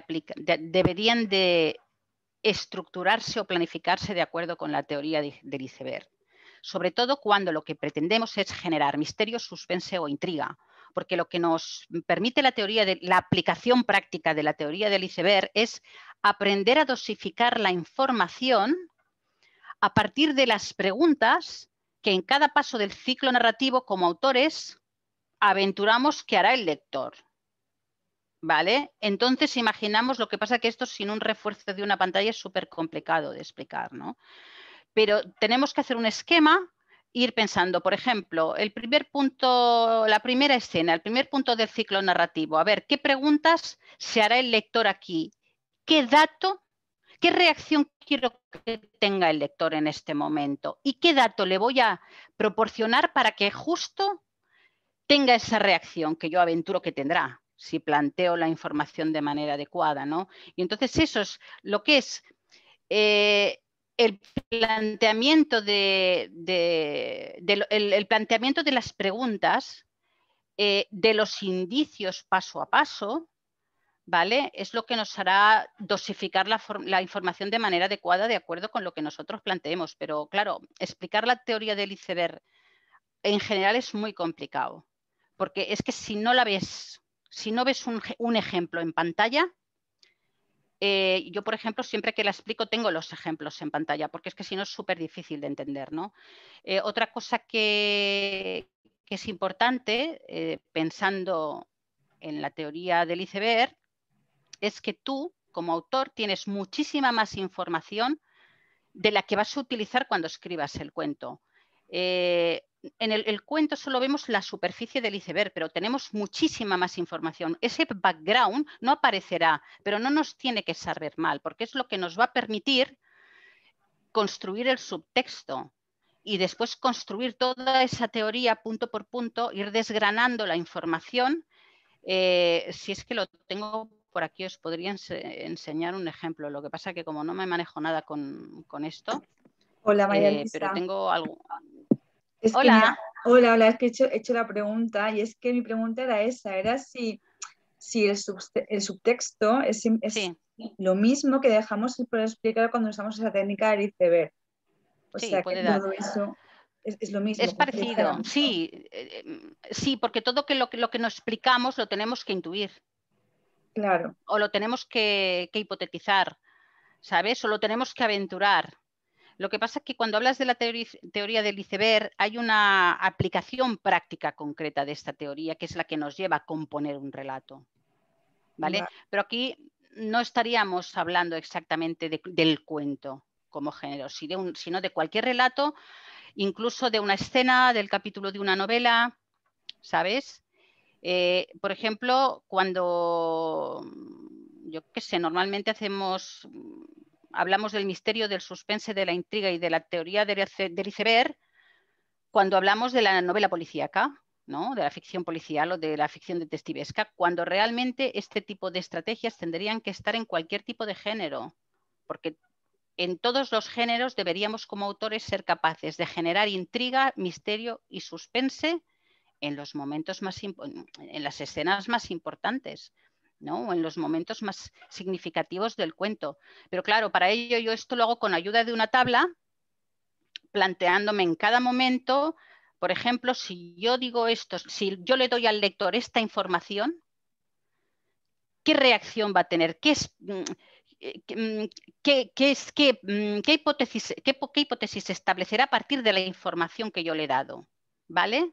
Y a partir de aquí digo, vale, como quiero que hipotetice eso, en este fragmento tengo que incluir tal indicio. Porque si no lo pongo, esto que yo quiero que piense no lo llegará a pensar. ¿Vale? Y entonces voy construyendo así todo el cuento. ¿Vale? Cuando ya tengo esta respuesta, avanzo un poquito más en el relato. ¿Vale? Ahora, vale, ya llega el momento de que desvele lo que estaba hipotetizando, el resultado aquel, ¿no? Vale, pues voy a desvelarlo ahora, pero ¿qué tengo que tener en cuenta? Que no solo me voy a limitar a desvelar, sino que voy a proponer un nuevo indicio que va a permitir que el lector continúe pensando qué es lo que va a suceder. Y entonces así, en forma de tabla, es como voy organizando la información. Lo que pasa es que sin el apoyo visual de un ejemplo es que resulta súper complicado, ¿no? Pero por decirlo de alguna manera es que no se improvisa, imposible. Por eso cuando los editores de mesa nos llegan las novelas, la ficción policial sobre todo, bueno, cuando nos llegan novelas de la mayoría de los géneros, vienen sin nada de suspense. O sea, realmente la tensión dramática flojea bastante porque no se ha trabajado bien esto, ¿no? No se ha trabajado de una forma, digamos, intencional la dosificación de la información. Pero bueno, esto es como... Esto, claro, tendríamos que añadirlo a esas cosas que los profesores de narrativa tenemos que enseñar y que no acabamos de enseñar nunca, ¿no? Es decir, la teoría del iceberg. No vamos a hablar de la teoría del iceberg, todo el mundo la conoce. Vamos a hacer un cuento y vamos a ver la explicación, un caso práctico diseñado a partir de esta teoría, para que podamos entenderla, porque si no, todo se queda como en conceptos aquí de lo más vago. Y luego, claro, luego nos llevamos las manos a la cabeza pensando que mal escriben nuestros autores. No, perdona. Es que hay cantidad de cosas que veo que nos enseñan, ¿no? Y no se practican. Entonces, pobres autores, siempre cargamos contra el autor. Y no, en este país la narrativa no se enseña bien. Esto no lo digo yo, esto lo digo yo y otra gente, y la gente que trabajamos en el sector y dentro del sector. Lo que pasa que, claro, como la mayoría de las escuelas somos privadas, pues resulta muy difícil poder decir, vamos a reunirnos todos, vamos a hacer un currículum común, ¿vale? Y vamos a pensar realmente qué necesita un autor para formarse bien, sea como escritor de cuentos, sea como novelista, ¿no? Pero vamos a establecer un currículum conjunto. Vamos a establecer una terminología común. Porque yo, por ejemplo, hablo de las escenas, hablo del plano de acción y veo que para definir lo mismo otro profesor de otra escuela ha dedicado ha utilizado otro concepto, ¿no? otro término, y estamos hablando de lo mismo, y esto pues es un cacao enorme, porque encuentras 30 maneras distintas de definir un solo concepto, por ejemplo, el concepto de escena, ¿no? Entonces, claro, y aquí ya me he ido completamente, se me ha ido la pinza por otros derroteros, ¿no? A ver, que te centro. Mira, Paula Rojas dice esto, que ha leído hace un tiempo la tesis de Piglia sobre el cuento, pero no le ha quedado claro cómo funciona la composición de un cuento a partir de esta idea de las dos historias que se encuentran o entrelazan. ¿Cómo se podría organizar o cómo se podría explicar desde esta premisa? ¿Es conveniente este hecho? Una pregunta larga, igual si despliegas el chat no la podrás leer con más claridad. Te la repito si quieres. A ver, es que ahora no la veo. Mira, es que ahora he dejado de compartir pantalla. Bueno, mejor, no? así te vemos. ¿Sí? Vale, sí. Entonces espera, dejo de compartir pantalla. Vale, y ahora un momento. Sí, abre el chat. Vale. La tesis de Piglia sobre un cuento a partir de esta idea de que dos historias que se te encuentran o entrelazan. Yo la tesis no la conozco, pero sí que te puedo hablar de cómo componer en un cuento a partir de dos historias que se encuentran o entrelazan, ¿no? A ver, sobre esto además estaba pensando yo hace poco, esto solo es posible en el cuento si tienes espacio para narrar, ¿vale?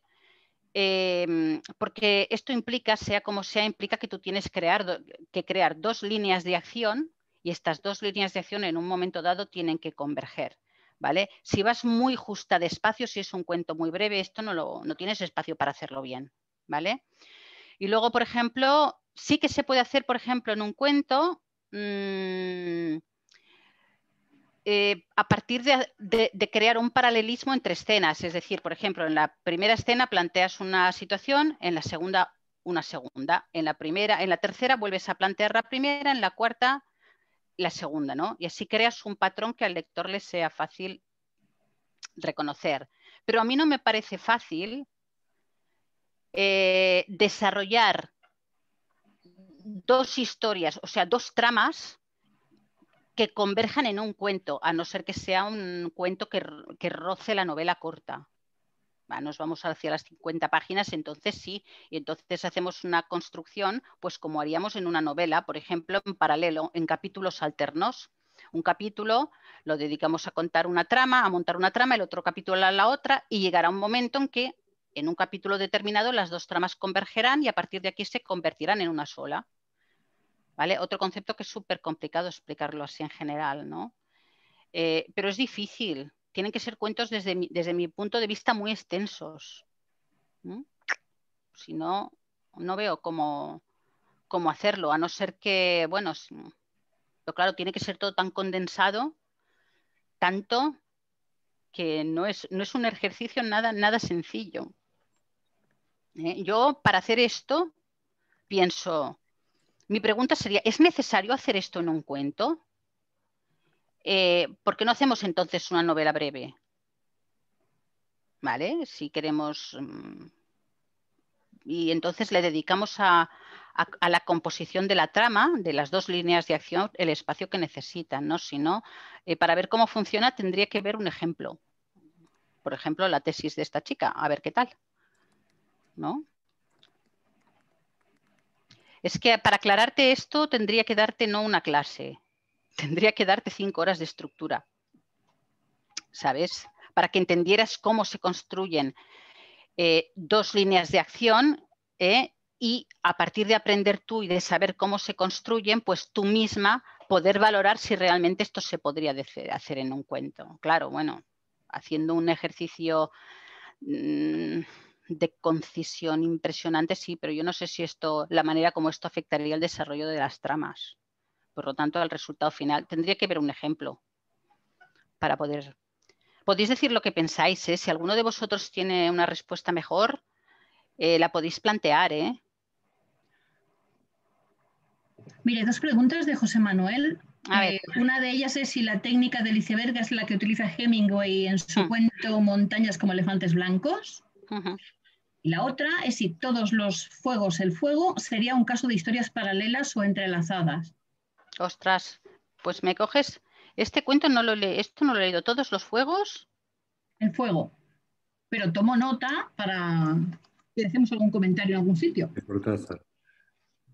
No lo recuerdo si lo he leído. He leído mucho de Cortázar. Vale, pues mira, pues escribiré un artículo sobre esto. Lo leeré, lo repasaré. Para tratar el tema, dices, de las dos historias entrelazadas. Vale. Oye, pues para la próxima vez que hagamos el blog, me lo voy a apuntar. Voy a repasar y voy a hacer un artículo y lo subiremos, ¿vale? A la web. ¿Y el otro que me comentabas, perdona? El de Hemingway, el de Montañas como elefantes blancos. Sí. De la técnica de... Sí. Sí, lo que pasa que yo, claro, ahora lo he leído varias veces. Lo que pasa que, claro, ahora no tengo claro en la mente cómo está desarrollada en ese ejemplo, ¿no? Aquí podría poner un ejemplo también en la página web de cómo se desarrolla. Por ejemplo, me lo apunto, ya lo haré también. Para otro artículo de blog, vale.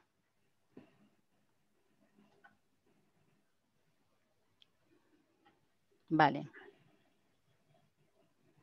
Pues los próximos 2 artículos que haga los voy a hacer sobre estas 2 preguntas porque me parece chulo, me parece interesante tratarlo. ¿Vale?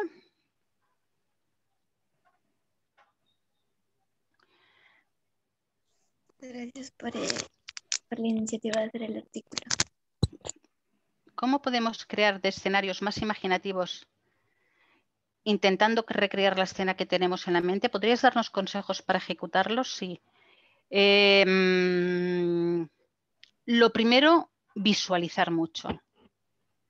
Visualizar. Es decir, esto lo tienes que hacer antes de ponerte a escribir.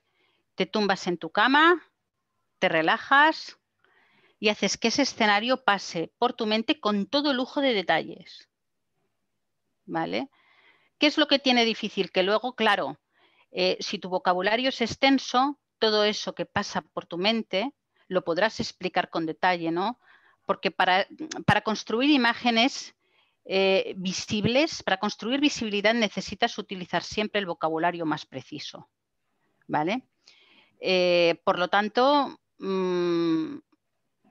esto es lo que te aconsejo, visualizar bien la escena, ¿vale? Es decir, como si vieras una obra de teatro y de repente tú te subieras al escenario, te plantas en el escenario y te vas situando además en lugares distintos. Te pones detrás de un personaje y describes cómo ves el escenario detrás de ese personaje. Luego, por ejemplo, te das la vuelta y describes lo que ves desde ese punto de vista. Esto es un ejercicio excelente, ¿vale? Es decir, situarte mentalmente en diferentes puntos del espacio, ¿vale? Después,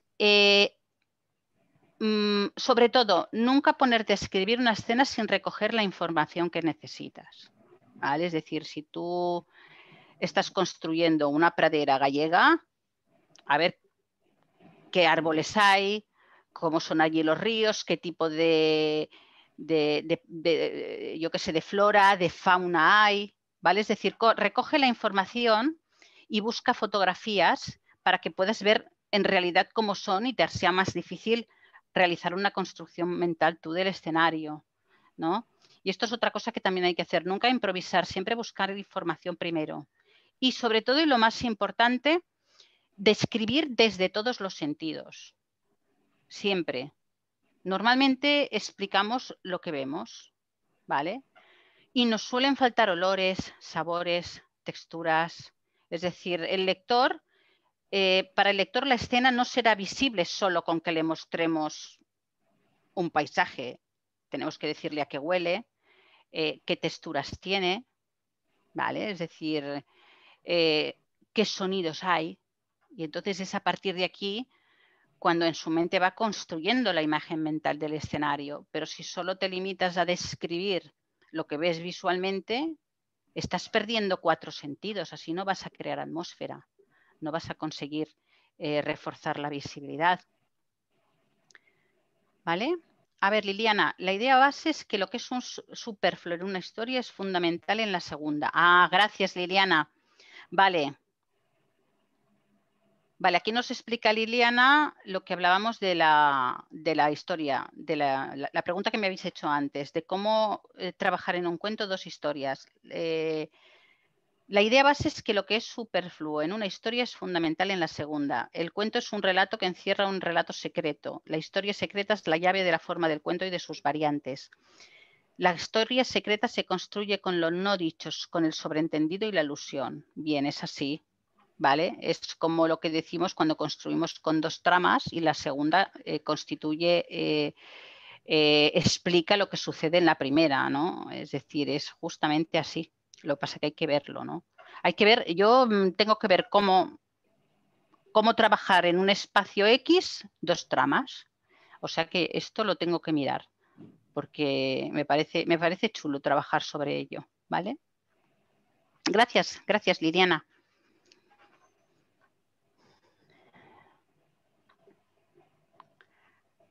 ¿Más preguntas? Venga, que esto se está animando, que ya nos vamos a quedar hasta merendar y vamos a hacer la cenita aquí en pantalla. Que esto es muy chulo y no pasa todos los días. A ver.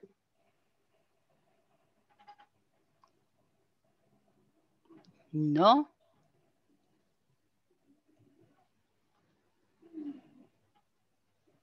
No me vais a preguntar nada más.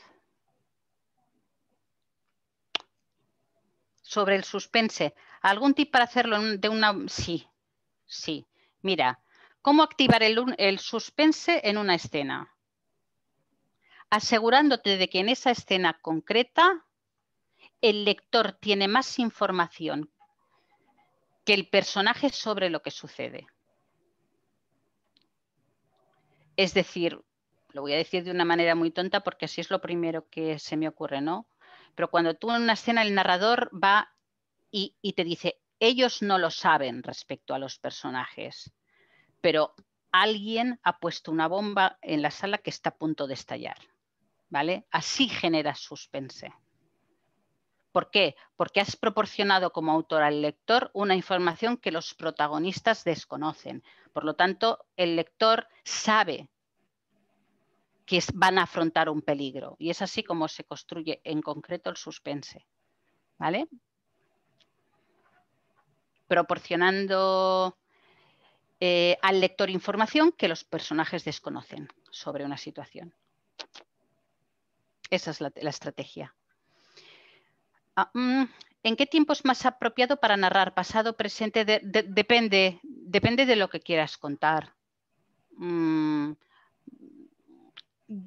sé, a mí narrar en pasado me gusta especialmente porque me transmite cierta melancolía.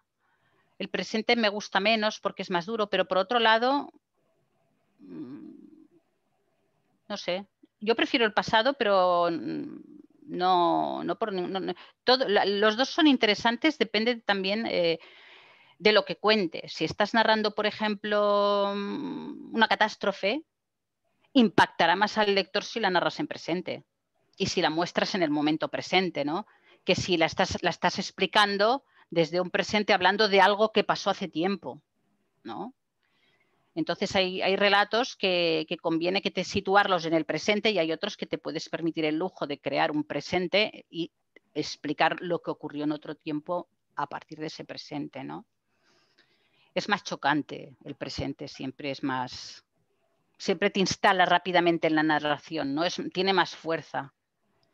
Pero a mí particularmente es que me gusta tanto la sensación que produce la narración en pasado que pocas veces narro en presente.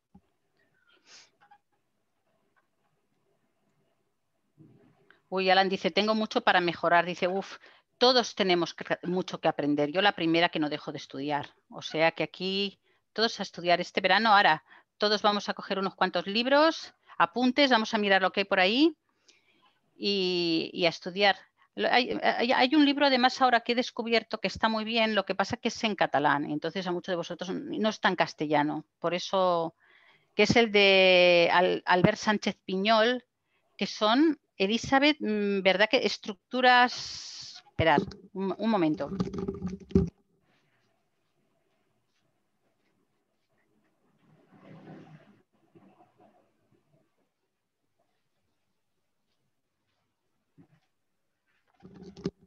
Es que me ha encantado este libro.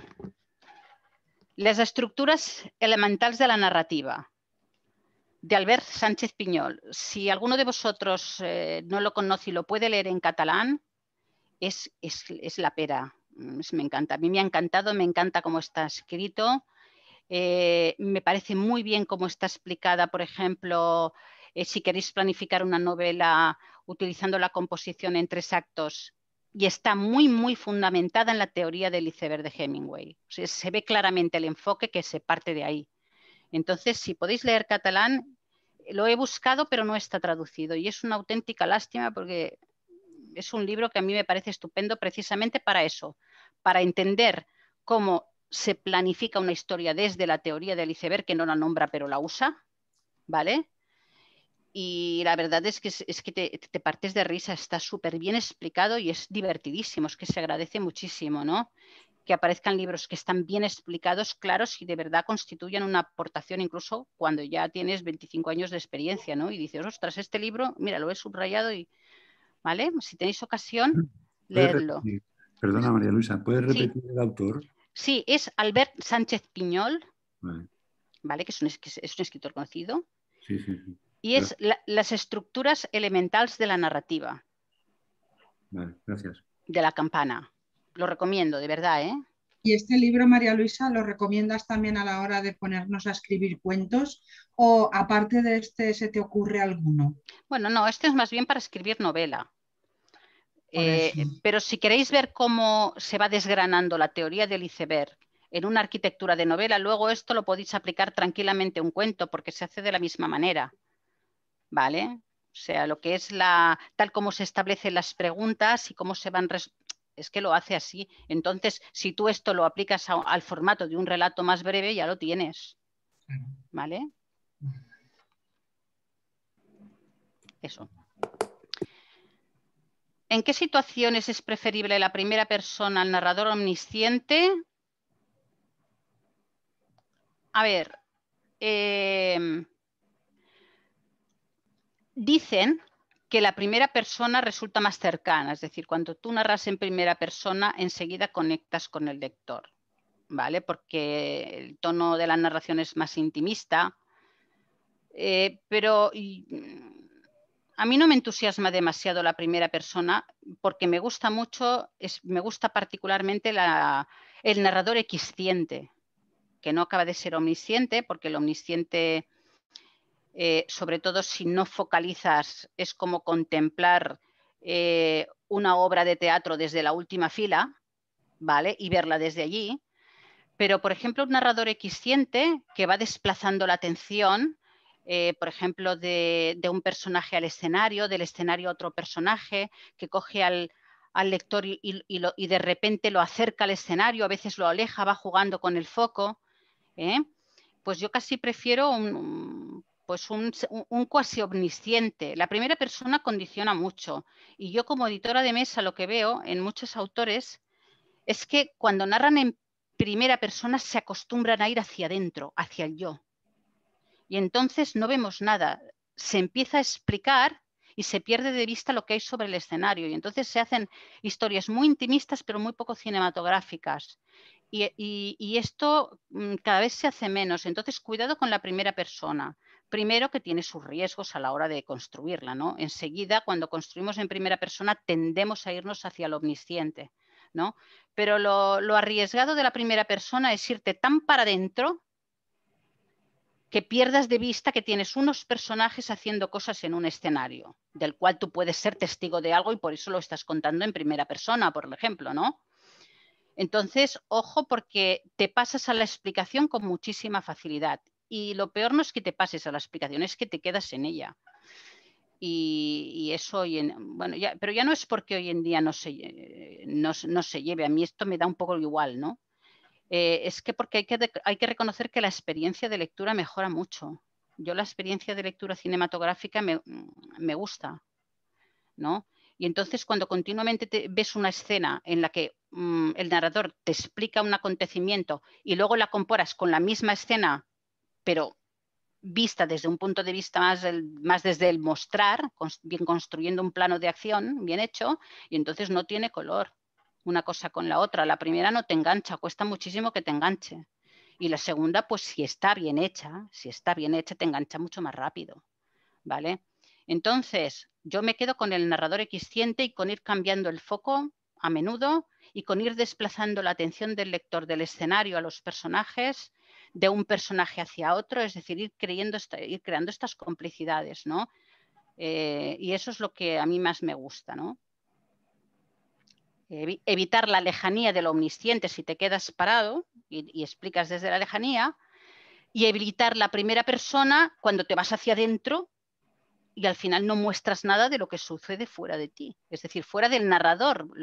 Que la primera persona, otro peligro que tiene es que el autor se mete dentro con muchísima facilidad, es decir, y se olvida de que hay un personaje que no es él. Entonces, claro, muchas veces cuando valoras obras te das cuenta de que las primeras personas, detrás de las primeras personas muchas veces está el autor o la autora, ¿no? Y esto es un error. Además es un error muy evidente, ¿vale? Por lo tanto, jugad con el narrador equisciente, que es muy chulo. Practicar un poco. Y jugad a construir escenas cada vez más visibles, ¿vale? Es decir, y cuando hablo de visibles desde los 5 sentidos, me refiero mostrad mucho más que explicad. Vamos hacia esto, ¿no? Menos en el caso del cuento, en el que siempre explicamos mucho más de lo que mostramos porque no tenemos el espacio. ¿Vale? Y bueno, yo ya creo que tendréis ganas de ir a cenar todos y todas y que yo me vaya callando. ¿Alguna pregunta para cerrar? ¿No? Bueno, pues chicos, chicas, gracias a todos por estar aquí, que llevamos un buen rato, por haber aguantado hasta el final, ahí como campeones y campeonas. Gracias por haber preguntado, porque si no, con la exposición que he hecho hoy, venga todo el rato tartamudeando, hubiera sido un rollo. Y nada, espero veros muy pronto en nuestra próxima masterclass y que hagáis siempre tantas preguntas, eso me encanta. ¿Vale? Muchísimas gracias a todos y a todas. Y estoy a vuestra disposición. Si tenéis cualquier pregunta, ya sabéis, en info@historiasdondevivo me podéis consultar cualquier cosa que se os pase por la cabeza, ¿vale? Que yo siempre os contestaré. info@historiasdondevivo.com. La información que había puesto para lo del curso. Sí. Os la vuelvo a poner.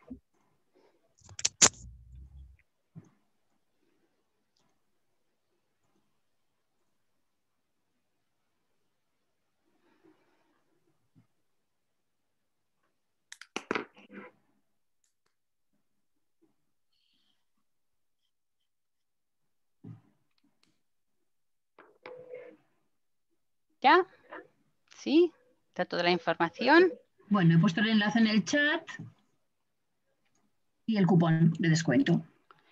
Muy bien, pues chicos, chicas, lo dejamos aquí, que paséis una tarde-noche excelente, ¿eh? Y que mañana paséis un día estupendo y podáis dedicar un ratito, 10 minutos a escribir, que con 10 minutos es suficiente para no perder la rutina. ¿Vale? Gracias. Venga, un abrazo. Que vaya muy bien.